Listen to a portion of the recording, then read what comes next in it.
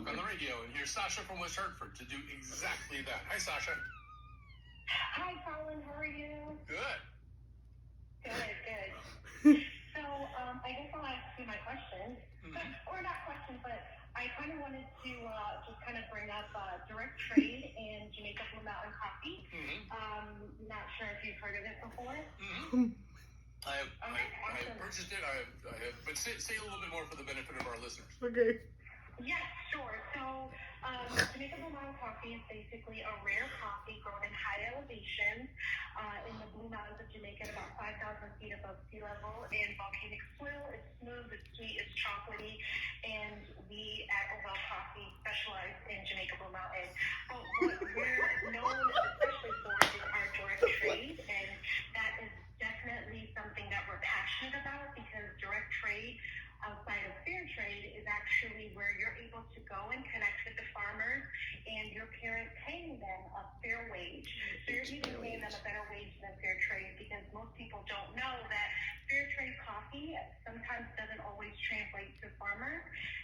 For example, there are some farmers out in Sri Lanka right now where they're tea pickers and they're actually, a lot of them are saying that they're actually going hungry and they're living in squalor because sometimes that funds don't get translated directly to the farmers.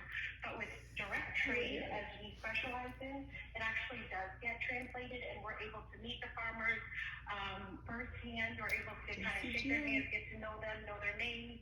We know our producers. So those are some of the things that I kind of wanted to make sure people are aware of is that, you know, finding coffee roasters or people in your area that support direct trade is actually going to benefit the farmers in the long run than just fair trade, because sometimes that's just a label and the farmers don't actually get the funds for it.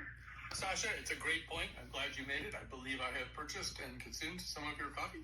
I drink a fair amount of coffee.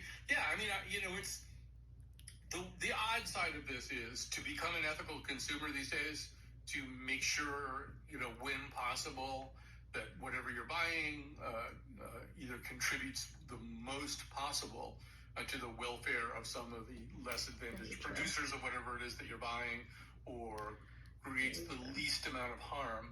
It's really quite an undertaking. It's really just to pay attention to all of that stuff.